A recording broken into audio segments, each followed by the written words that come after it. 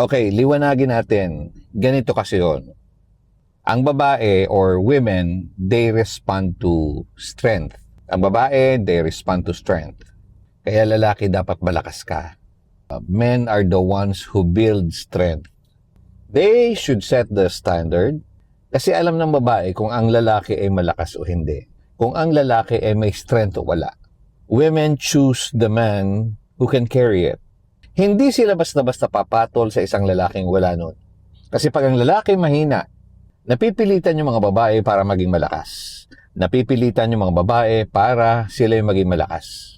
Ngayon, pag malakas na yung mga babae, magrereklamo naman si lalaki. Nakakalalaki ka. Diba? Nakakalalaki ka eh.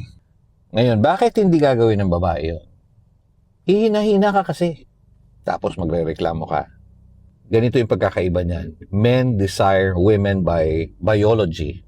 And women choose men by reality. How real they are. Lalaki, maaring gusto mo yung isang babae. Gustong-gusto mo yung isang babae.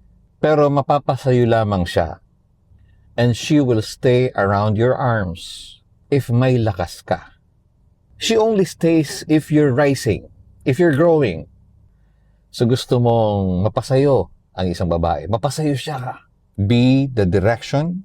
Ikaw ang maging direktor ng buhay mo, ng buhay nyo. At kung pa pwede, tulungan mo siya sa buhay niya. Be the direction. Become the man she cannot replace. Kaya mo? Gawin mo.